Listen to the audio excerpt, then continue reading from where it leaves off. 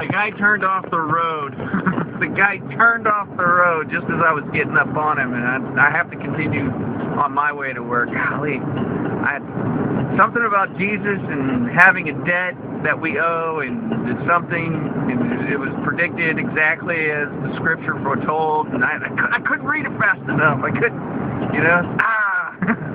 I hope I see that guy tomorrow. I hope I follow him into work again tomorrow. I didn't register. I saw that he had 2 sheets of paper. He had 2 sheets of paper in the back windows of his truck, and there was writing there, but I wasn't paying attention to it until, you know, it was too late, obviously. And I was looking at it, and then I realized this guy's got, you know, Jesus papered all over his windows. What's going on? And I wish I could have. Now I really wish I could have read it. I would have been honking. Hey, buddy, hold on. Let me read your. Hey, are you a Jesus freak? What's wrong with you? Don't you know what his real name is? Yeah, I don't bash people. Oh, yeah, seriously, I don't bash people about, you know, the name you use. God, you got these terrorists out there. Yes, I said it again. Who get all bent out of shape because you don't use the sacred name. And by the way, before I really get into this, yes, I am a sacred namer, if you haven't figured it out yet. But I'm not, you know, I'm not out there trying to accost people for, you know, using the Lord and Jesus and God. I'm not one of those people. I just don't see the point in becoming so obtuse about certain things. You know, is Elohim not mighty enough to defend his own name? Stop being so self-righteous, people. But yeah, you're just offending people. All you're doing is you're pushing away those people who might come into greater knowledge by your, you know, just demonization. You know, most of these people, these sacred namers, who are basically just terrorists, you know, they're so rigid. And they start bashing brethren because they use Jesus. Are you kidding me? What? Didn't you come out of the church? Were you not saved under the name of Jesus? Is he not powerful enough to use that name just the same as he has for, you know, probably 1,500 years?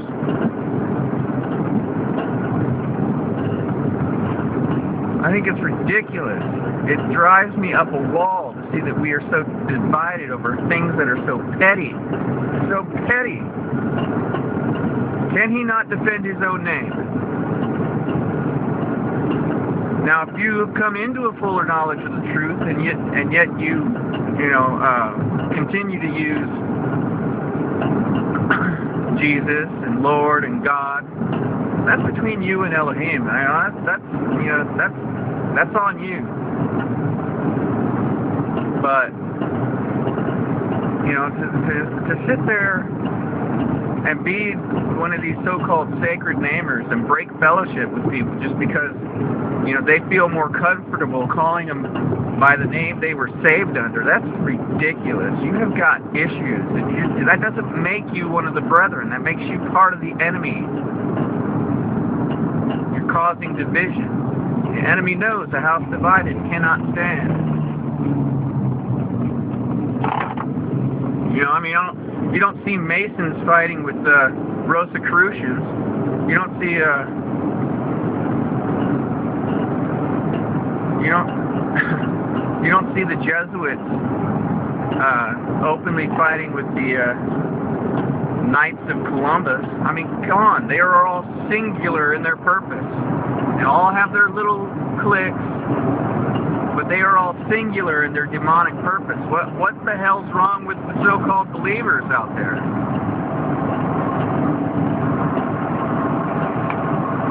So, you know, if you were saved under Jesus and you want to call him Jesus, and that's, you know, and that's how you know him as is Jesus, he's okay with that. You know, he would prefer you use his Hebrew name, Yeshua, but he wants a relationship with you. If you're going to call him Jesus, he's fine with that. He just wants the relationship. He wants to know you and love on you and pour himself out on you. He doesn't, you know, he doesn't really care. You know, he considers it a nickname. Yes, you can call me Jesus. I know who you're talking about.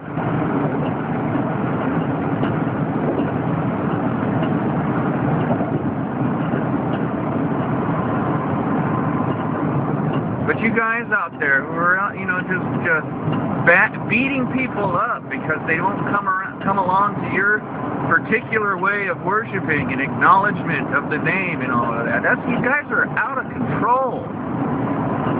Were you not saved before you came into the knowledge of the name?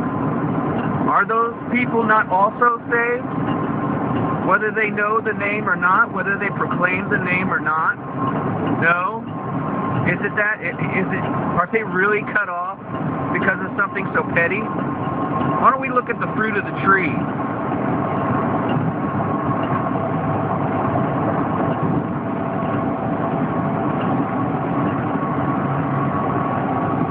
I see some people who are out there trying to win souls for Christ by any name, a rose by any other name. And then I see other people out there who are trying to break fellowship with everybody who doesn't see things their way.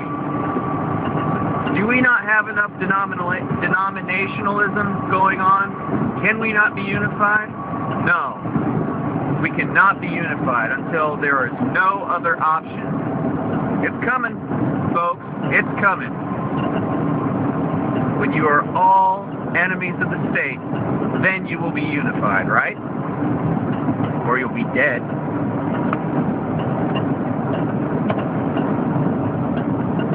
And, you know, it'll be just like the Gadsden flag. No, there's another flag that is basically a serpent cut up, and it says, "Unite or die." Yeah? Anyway, there's my sermon for today. And I will be standing on this soapbox much more in the future. You guys are driving me crazy with your denominationalism, all your little sects and all your little arguments, your petty jealousies, and this and that. You know, the Spirit can't use you if all you are doing is bashing people for, you know, some petty grievance or another. You guys are killing me. So yeah, instead of beating up on the church today or beating up on the synagogue today, I'm beating up on you sacred namers.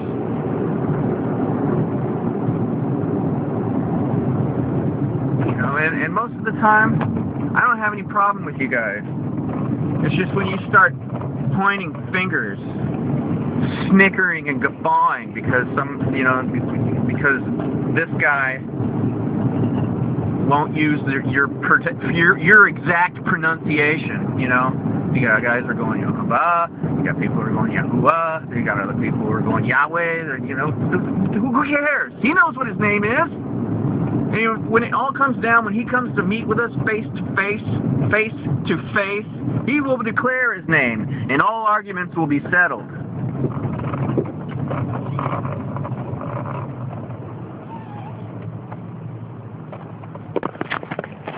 Keep that in mind.